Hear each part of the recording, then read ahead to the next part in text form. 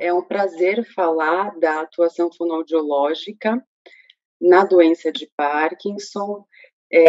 A fonoaudiologia, ela é uma profissão relativamente nova, né, no mundo, mais especificamente no Brasil. Os primeiros cursos de fonoaudiologia aqui no Brasil foram na década de 60 e iniciaram, então, com os distúrbios da comunicação, mas voltado para o público infantil, alterações fonéticas, disfluência. E aí, hoje, após muitas décadas, ela evoluiu com um braço importante na reabilitação neurológica, né, e também na reabilitação hospitalar. Então, a gente tem bastante espaço dentro da neurologia, a gente faz um trabalho sério, baseado em evidências, e a gente compõe a equipe multidisciplinar juntamente com o fisioterapeuta, o neurologista, o nutricionista, e cuida dos aspectos de comunicação e de deglutição da pessoa com doença de Parkinson. A doutora Clarice comentou brilhantemente aí sobre as questões neurofisiológicas na doença de Parkinson. Eu vou citar por que nós encontramos alterações fonoaudiológicas nessa doença, né? O gerador central da deglutição, da fala, da voz, da comunicação, ele vai sendo degenerando, né? Ele vai sendo, acontece uma degeneração na substância negra, né? Também nos mecanismos dopaminérgicos, nas redes neurais que não são dopaminérgicas também, e aí nós associamos essa degeneração às alterações fonoaudiológicas encontradas. Uma outra teoria, né, que foi constatada por Braak, que a doutora Clarice comentou também, é sobre a manifestação gastrointestinal, com a presença da alfa-sinucleína, né? Essa hipótese já validada, ela consta que a alfa-sinucleína ela é projetada através do nervo vago para o sistema nervoso central, desencadeando aí umas alterações síncronas, né? Elas têm uma sistematização de ataques ao sistema nervoso central, e para a fonoaudiologia, o nervo vago, ele é importantíssimo, porque ele inerva a musculatura faríngea, ele tem o nervo laríngeo recorrente, que inerva a musculatura laríngea, faríngea, então, que é responsável aí pela voz e pela deglutição. Então, essa teoria apoia as alterações aí fonoaudiológicas encontradas na doença de Parkinson. Também nós observamos a disfunção colinérgica, e os estudos mostram que essa disfunção ela pode estar associada com uma disfagia já nos estágios iniciais da doença de Parkinson. Embora, assim, a gente sabe que a questão farmacológica veio, o levodopa ajudou muito e ajuda muito os nossos pacientes com doença de Parkinson que têm dificuldade na deglutição, que têm alterações graves na deglutição, graves na voz, na fala, o efeito ON, como também a doutora Clarice comentou, é muito importante para nós. A gente orienta o paciente a se alimentar após a ingesta do levodopa, no tempo ON, enfim, a gente sabe que os efeitos farmacológicos são importantes, mas para apoiar aí a fonoaudiologia, a equipe multidisciplinar na equipe, na atuação com esses pacientes, a gente sabe que muitas vezes, a longo prazo, esses efeitos eles são mínimos para a nossa área de deglutição e fala. E aí que a reabilitação fonoaudiológica é super importante. Ela é super importante desde os estágios iniciais da doença de Parkinson. Só falando um pouquinho para apoiar aí a nossa atuação, contando um pouquinho sobre números, e se a gente vai ver porcentagem de pessoas com doença de Parkinson que tem alteração, por exemplo, a disartria, que eu vou falar um pouquinho mais para frente, que é uma alteração na fala, cerca de 70% dos pacientes apresentam a disartria hipocinética, e nos estágios mais avançados, chega a 100%, né? Então, é difícil nós encontrarmos um paciente que nos estágios mais avançados não tenham alterações na fala, não tenham alterações de voz. aproximadamente 56% deles apresentam dificuldade no manejo da deglutição de saliva, né? Então, tem um escape extraoral de saliva, ele se queixa que ele está engasgando com a saliva, é mais da metade da população, né, com doença de Parkinson. De 5, 4 pessoas podem apresentar disfagia em algum estágio da doença. A disfagia, eu vou falar daqui a pouquinho, para quem não sabe, nunca ouviu falar nesse termo, é um distúrbio da deglutição, tá? Do ato de engolir. E aí, cerca de 30% também apresentam alterações cognitivas, né? O comprometimento cognitivo leve.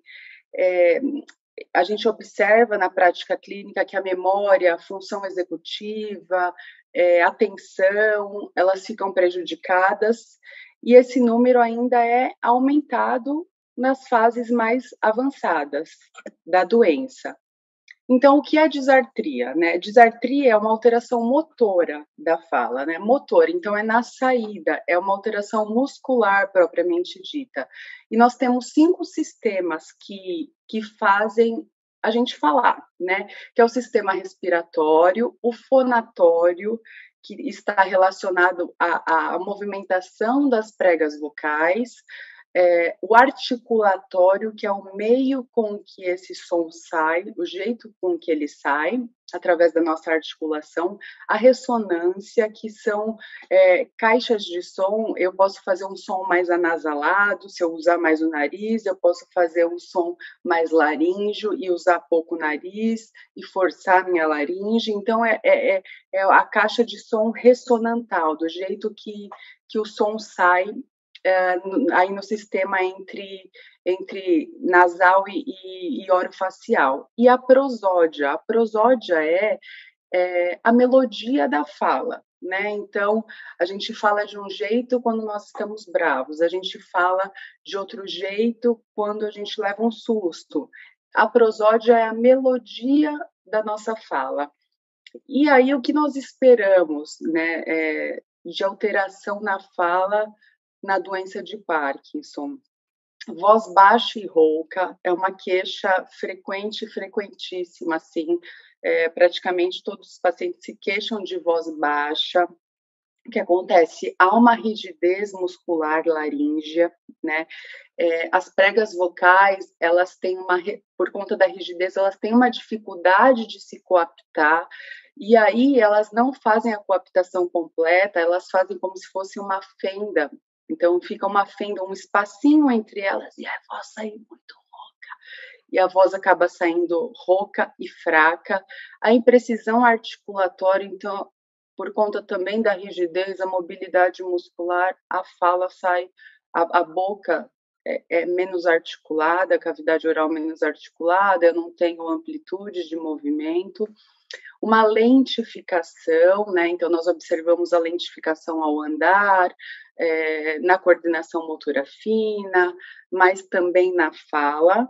A fala monótona, então é essa alteração de prosódia, a fala está sempre no mesmo tom, ela não tem emoção.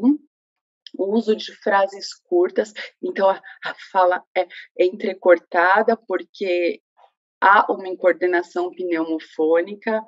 Normalmente são essas alterações que são relatadas por nós em clínica e nos estudos, tá? E aí, falando um pouco da disfagia, pensando que os músculos que atuam na fala e na voz, eles também atuam na deglutição. Então, trabalhando uma coisa, a gente consegue também trabalhar outra. E isso vai ser importante lá na frente, que eu vou dizer. Então, a disfagia é um distúrbio, né, de deglutição, né, do ato de engolir. A gente tem fases na deglutição, que é a fase preparatória oral. Então, eu já estou lembrando daquele nhoque que minha avó faz de domingo e já comecei a salivar. E aí eu já estou com vontade de comer aquele nhoque.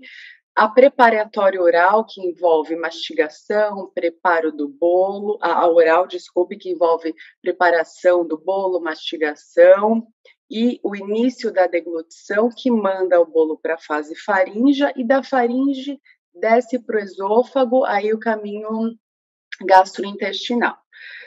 Então, a disfagia, ela pode estar em uma ou mais dessas fases, né? Um exemplo, na fase oral, a gente acaba vendo muitas vezes uma mastigação ineficiente, né? O idoso ele já deixa um pouquinho de resíduo acumulado em cavidade oral por conta da musculatura fraca, mas o paciente com doença de Parkinson ele vai deixar resíduo, ele vai se cansar muitas vezes de mastigar. Na fase faríngea, o que a gente encontra resíduo, então aquele fica um acúmulo ou de alimento ou de medicação ou de saliva, porque a faringe não tem, a língua não tem aquela força para mandar o bolo para a faringe não tem a constrição aí adequada para continuar levando o bolo até o sistema gastrointestinal. E na fase esofágica, o que a gente observa é uma alteração de motilidade normalmente, a partir da transição faringoesofágica é muito comum, nós acompanhamos assim de praxe alteração de motilidade esofágica. A fonoaudiologia, na fase esofágica, ela não tem uma atuação de exercícios ainda se pesquisa muito sobre atuação, exercícios dirigidos na fase esofágica, por conta da motilidade, né? Então, é uma fase involuntária da deglutição. E que aí, junto com o neurologista, nós vemos a possibilidade de entrar com a medicação para ajudar nessa fase a que o bolo desça com sucesso para o sistema gastrointestinal. E aí, quais são os sinais e sintomas aí que a gente pode estar atento se há uma disfagia ou não no paciente, no familiar? Inapetência, emagrecimento, desnutrição, desidratação, pneumonias de repetição. Esses são os sinais que a gente pode se atentar e checar se há uma disfagia. E aí, avaliar a deglutição, investigar um pouquinho mais, vale a pena. Esses sinais são importantes e estão altamente relacionados à dificuldade de deglutição, à disfagia. E ela está presente desde os estágios iniciais. Mesmo antes, né, a gente já sabe que mesmo antes de aparecerem os sintomas motores, a doença de Parkinson já está instalada, né? E mesmo antes do paciente apresentar engasgos e ter uma dificuldade importante, significativa na deglutição, nós observamos que essa dificuldade na deglutição começa lá nos estágios iniciais, 1 e 2, né? E como isso? Às vezes a gente pergunta para o paciente, para a pessoa, o senhor tem alguma dificuldade de comer? E aí ele fala, imagina, minha filha, eu como de tudo, como bem, não engasgo, tuço, não tenho tosses, tá, mas o que o senhor come? Olha, eu gosto de um arroz bem molhadinho com caldo de feijão, aquele bife frito eu já não como mais, eu prefiro uma carne de panela mesmo, e a farofinha às vezes engancha aqui, eu também cortei. E aí o que a gente percebe? Que às vezes, e muitas vezes, esse paciente ele tem outras queixas até mais importantes de marcha, né, de até alterações não motoras, e até por questão assim de falta de sensibilidade, de autopercepção, essas alterações iniciais ainda da disfagia, da deglutição, acabam passando batido, né? E isso, a gente corre muito risco de subestimar, né, esses sintomas, porque às vezes o paciente não consegue relatar, porque tem uma alteração cognitiva, ou ele tem uma alteração sensorial, que é muito comum, então ele aspira, né, que é quando o alimento vai, ao invés de ir para a faringe, sistema gastrointestinal, ele vai para a laringe, traqueia e pulmão, isso é aspiração, ele aspira, mas ele é um paciente que aspira silente, então ele não percebe, ele não tem tosse, ele não tem reflexo de tosse, ele não tem reflexo de pigarro para limpar a garganta, ele não percebe que ele está aspirando, né, e aí a gente vai descobrir como, fazendo uma pneumonia, de outras maneiras. Então, a questão da deglutição, mesmo nas fases iniciais, ela não pode ser subestimada. E aí tem um estudo que mostra que na fase inicial, um grupo de pacientes foi aplicada uma série de escalas só subjetivas de deglutição. Num grupo de pacientes foi aplicadas escalas e nesse grupo foi avaliada a deglutição como de um modo objetivo, videodeglutograma, por exemplo. E aí se constatou que no grupo que foi só aplicado escalas e que depois fez o videodeglutograma, esse grupo teve alterações silentes. Então, 50% deles tinham a disfagia, mas nas avaliações subjetivas não se pegava essa alteração. Tá? E aí, essas duas questões, eu falo que o fonoaudiólogo, ele trabalha com as duas coisas mais importantes da vida, assim, que é a comunicação e a deglutição. Todo mundo tem necessidade de se comunicar, né? Uma necessidade vital, básica de se comunicar. E todo mundo, a maioria das pessoas, grande maioria, ama comer, se alimentar. Então, são duas funções que são muito prioritárias, que se elas têm alguma alteração, algum déficit, impacta diretamente na qualidade de vida, né? E aí, falando da disfagia, claro, o risco é super alto de hospitalização, né? As comorbidades aí, as pneumonias de repetição, as complicações a longo prazo, ela já é fortemente, né, evidenciado que ela é uma das principais causas de mortalidade, né, na doença de Parkinson. E aí a disfagia se apresenta como um impacto muito negativo nas interações sociais, a pessoa que tem dificuldade de deglutir, que precisa de uma alimentação especial, ela não vai mais naquele aniversário do sobrinho, porque vai ficar constrangido de se alimentar na frente dos outros, vai ficar com medo de engasgar, vai se sentir inseguro, ou vai ficar constrangido porque ele deixa escapar alimento na frente do neto, onde já se viu. Temos muitos exemplos. E vai se isolar, vai ficar mais em casa, vai ficar mais isolado socialmente, né, do que o próprio envelhecimento já causa. E as barreiras de comunicação, então, a gente tem, assim, interfere muito, muito, né, nas relações familiares.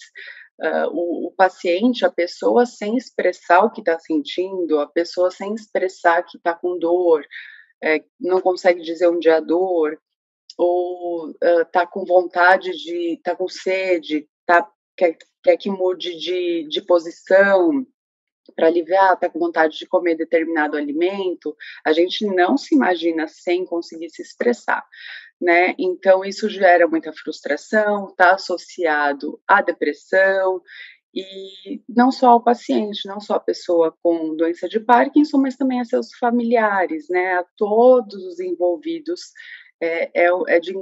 de grande impacto essas alterações. E para falar um pouco dos sinais, para dar dicas, o ideal mesmo é que o paciente que tem o diagnóstico de doença de Parkinson, ele passe por uma avaliação fonoaudiológica, né? Se isso não é possível, tem alguns sinais que a gente deve estar atentos que podem facilitar aí o nosso encaminhamento pro fonoaudiólogo ou não, né? Então, a redução do olfato, nós assim observamos na clínica que é uma queixa bem inicial, até muitos dizem que, lá eu tive o diagnóstico de Parkinson há 2 anos, mas antes disso eu já não sentia mais os cheiros direito, né, os aromas, e isso é uma queixa muito, muito frequente e que bate também com a teoria de Braque, porque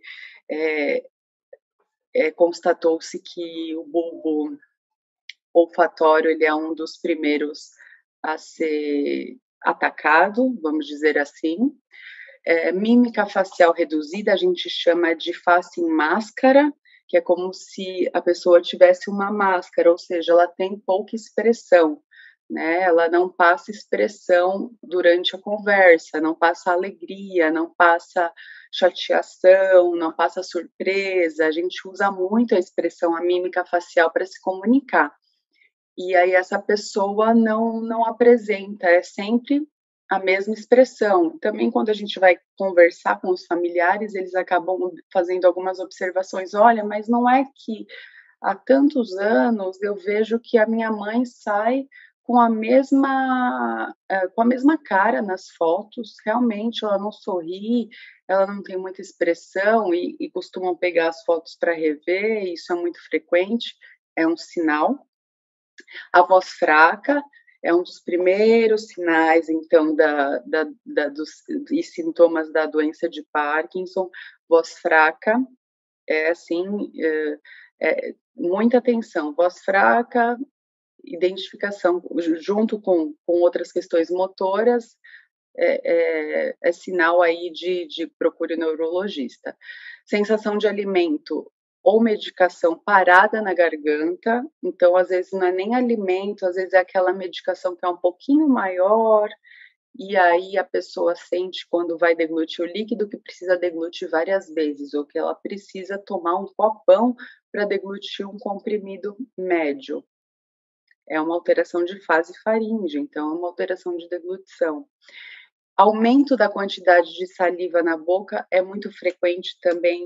Eu estou produzindo muita saliva, minha boca não para de produzir saliva, eu não sei por que que eu estou produzindo muita saliva, faz já uns 3 anos que eu sinto que minha boca enche, mas na verdade não é que se está produzindo muita saliva, é que está deglutindo de menos. Tem alguns casos, o que a gente chama de cialorreia, que é a grande quantidade, né, de saliva, grande produção de saliva em cavidade oral, mas são casos raros, principalmente na doença de Parkinson, é difícil. A gente associa a redução da frequência de deglutição. Então, a gente vai avaliar um paciente, a gente está fazendo anamnese, conversando com ele, a gente está só atento em quantas vezes o paciente deglutiu a saliva, e muitas vezes não deglute, né? E aí, quando a gente chama atenção, olha, mas será que o senhor não está engolindo de menos? Eu estava aqui reparando, o senhor não deglutiu a saliva, ó, já faz 20 minutos que a gente está conversando. Aí a pessoa se atenta, né? Então, é um sinal também. O tempo prolongado das refeições, tem a questão da dificuldade motora, mas também tem alteração oral, né? Então, a pessoa demora muito para mastigar, engolir o alimento, a rejeição por determinadas consistências, ai, aquele bolo de fubá que você faz, não quero mais comer, nem aquele torresminho eu também prefiro que não. A rejeição a certos alimentos, quando a gente vai ver, fazem parte de uma consistência só, é um dos sinais também de dificuldade na deglutição. E os sinais clássicos, que são os engasgos e as tosses, né, durante a alimentação ou fora da alimentação. Tosse é um pouco relativo, porque pode estar associado a várias outras coisas, pulmonares, alérgicas, enfim, mas também podem estar relacionados à deglutição de saliva. Então, 2 fatores aí, 2 causas para a pessoa não engolir saliva, ou ela tá com uma alteração de sensibilidade, não está sentindo a saliva na boca, é uma das causas, que é comum na doença de Parkinson, ou por conta de uma alteração cognitiva, ela não está lembrando de engolir a saliva, né? São 2 causas possíveis. E aí, quando a pessoa está parada assistindo televisão, ou está bordando, fazendo alguma outra tarefa, dupla tarefa principalmente também, ela começa a tossir do nada e fala: "Ai, engasguei com a saliva". Então, é um sinal de alerta. E o engasgo durante a alimentação, ele não é normal se frequente, né? Todos nós engasgamos uma vez ou outra, de uma maneira esporádica e muito esporádica, mas o engasgo frequente é um sinal de alerta, e um sinal de alerta importante. Eu diria que o mais importante deles. Então, a avaliação fonoaudiológica, ela consiste em quê, né? Nós avaliamos o sistema motor oral inteiro, língua, lábios, bochecha, mobilidade, a força, o que está relacionado à parte muscular, orofacial, a fala. Então, nós aplicamos testes completos de fala que avaliam os sistemas de fala que fazem parte da fala, a voz, que quer dizer, então, que a fonação, o funcionamento das pregas vocais, a deglutição de saliva. Então, nós observamos o paciente em momentos esporádicos, em momentos informais, em momentos formais, mas nós avaliamos o paciente comendo e comendo todas as consistências e também ingerindo as medicações. Às vezes o paciente não tem, o paciente com doença de Parkinson, ele não vai ter é muito comum ter uma dificuldade na deglutição com medicações, até porque esse paciente, normalmente ele faz uso de muitas medicações, e aí, de repente, é um dos primeiros sinais de deglutição, propriamente dita, a deglutição de comprimidos. As habilidades linguístico-cognitivas nós também avaliamos. Nós temos uma atuação aí linguística cognitiva nos casos de demência, de comprometimento cognitivo leve, temos uma atuação junto com a neuropsicologia e auxiliamos em toda essa parte de linguagem e como sistema de suporte para a linguagem tem a memória, a função executiva, a atenção, e a partir dessa avaliação nós fazemos o planejamento terapêutico com os objetivos, né, as estratégias, qual vai ser a melhor estratégia para aquela alteração e para aquele caso e para aquela família, e qual vai ser a frequência dos atendimentos. Esse paciente precisa de reabilitação fonoaudiológica para já, ou é um estágio muito inicial e que a gente não encontra nenhuma alteração na voz, na deglutição, foi um encaminhamento aí profilático para a gente orientar e ele ficar atento. Depois da avaliação, a gente faz todo esse planejamento.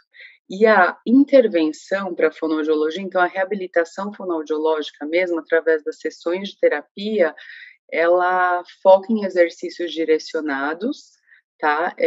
Visando redução da rigidez muscular, melhora de mobilidade, resistência, de força de órgãos fonoarticulatórios, e aí uma coisa ajuda a outra. Os exercícios para deglutição, para redução da disfagia, ajudam na fala, ajudam na voz, ajudam na comunicação de uma maneira geral.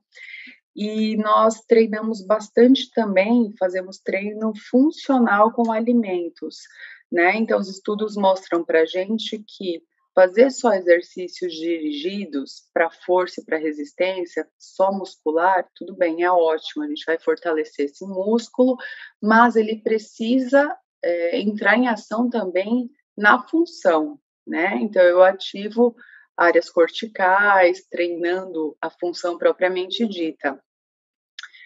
E a gente tem o costume de treinar com alimento, então, se o paciente está só com uma dieta pastosa, tem que comer tudo batido, mas nós temos o objetivo de liberar sólidos macios, então a gente treina com frutas macias, a mastigação.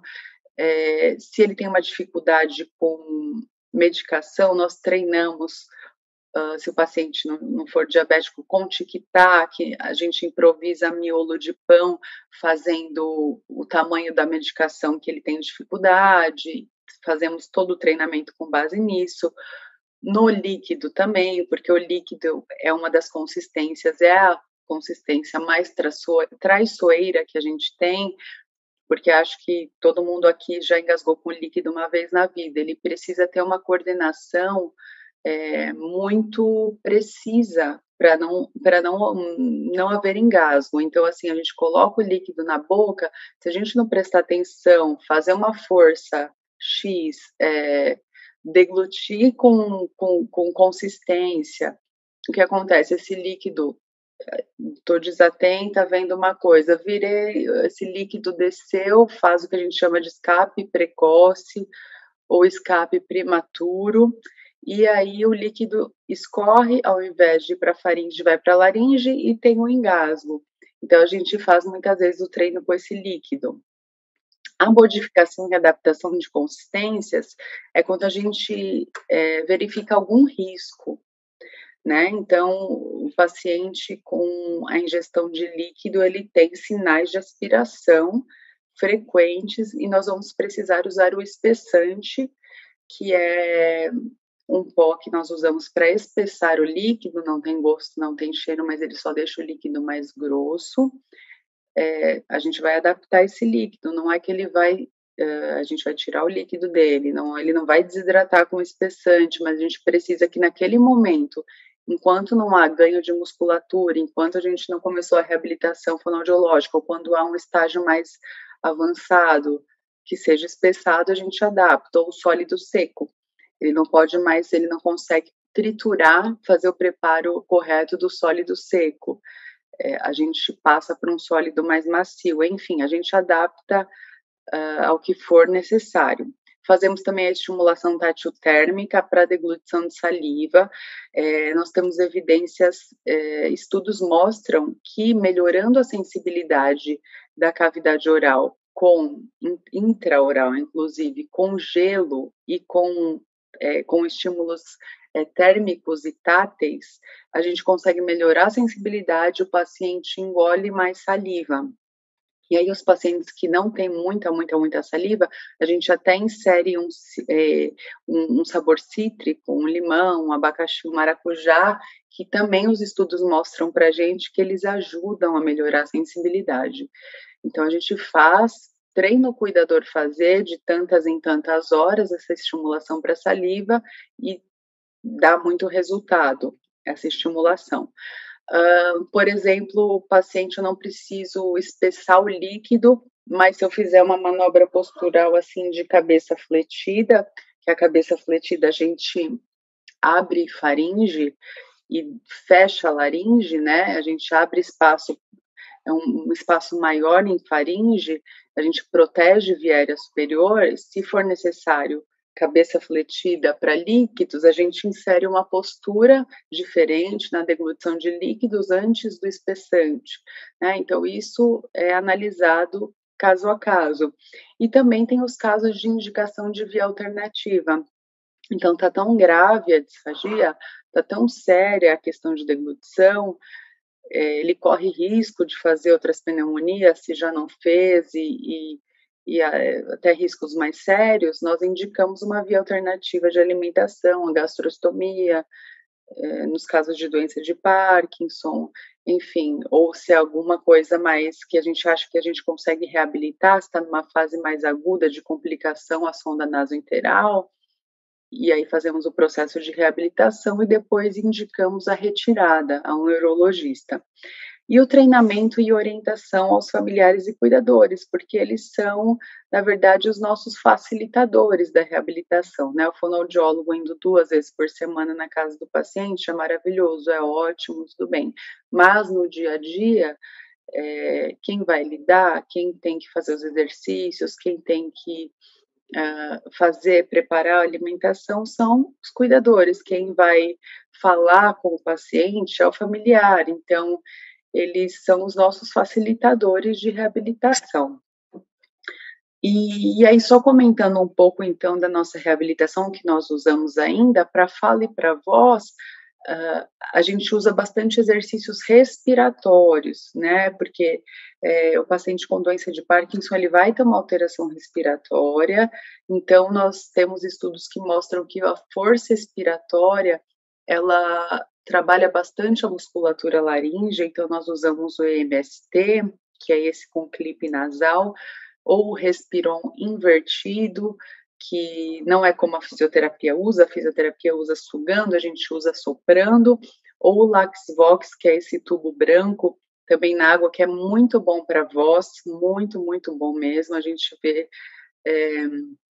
vários estudos e na prática melhora da voz e também tem algumas estratégias que a gente pode usar o Laxvox pensando em deglutição até, né? Então, exercícios articulatórios, tudo que envolve também a função de fala e voz.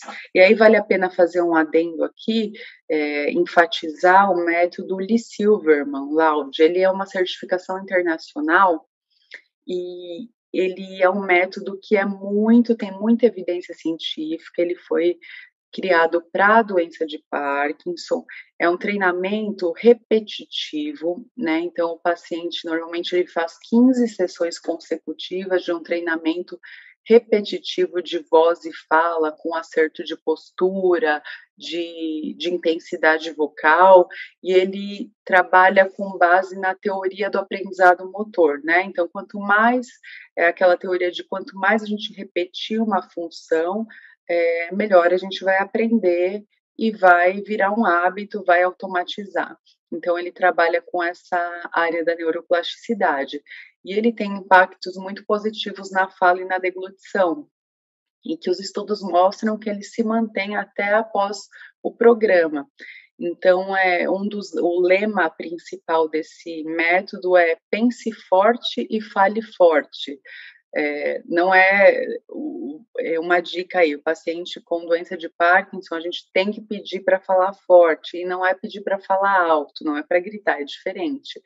Para ter uma movimentação laringe adequada, uma mobilidade de prega vocal e uma adução de prega vocal adequada, ele tem que falar forte, né? Aquela musculatura que está rígida precisa fazer o movimento. Então, quanto mais ele pensar forte, mais ele vai falar forte, e aí o som vai sair mais alto, vai ser melhor. Então, é uma prática muito interessante. Às vezes, quando o paciente não consegue fazer essas 15 sessões consecutivas, a gente faz um método um pouco adaptado, faz o quanto ele consegue, mas é muito legal. Começa com a vogal A repetidas vezes, do tom convencional para o agudo, depois para o grave, aí passa para palavras, e aí passa para frases que o paciente costuma falar no dia a dia. Então é muito legal porque ele treina essas frases no dia a dia, é muito interessante. E para a linguagem, para a cognição, não dá para eu deixar de falar sobre a terapia voltada para isso. Então, a fonoaudiologia também não é só disfagia, né? Nós atuamos diretamente na linguagem e na cognição, e nós temos que ter esse olhar com o paciente que tem a doença de Parkinson. Nós fazemos em casos de demência associada ou comprometimento cognitivo leve, a terapia de orientação para a realidade, tarefas linguístico-cognitivas específicas, a gente associa o treino de deglutição com a cognição, né, que os estudos mostram para a gente que deglutição não é só deglutir, a gente, né, tem uma questão, um sistema todo cognitivo embasado aí atrás que faz a deglutição. Então, o que a gente tem que fazer é trabalhar os dois associados. O treino de comunicação funcional, então, normalmente a gente faz junto com o familiar ou um cuidador, para orientar esse familiar, esse cuidador, em como se comunicar com o paciente com dificuldade. E nos casos de anartria também, que é uma disartria tão grave, um comprometimento motor tão grave que o paciente não consegue falar as palavras, não sai som mais, né? A anartria é o impedimento total aí da fala. Mas muitos pacientes que têm anartria, eles têm a cognição preservada e eles querem se comunicar. Então, nós inserimos a comunicação suplementar alternativa.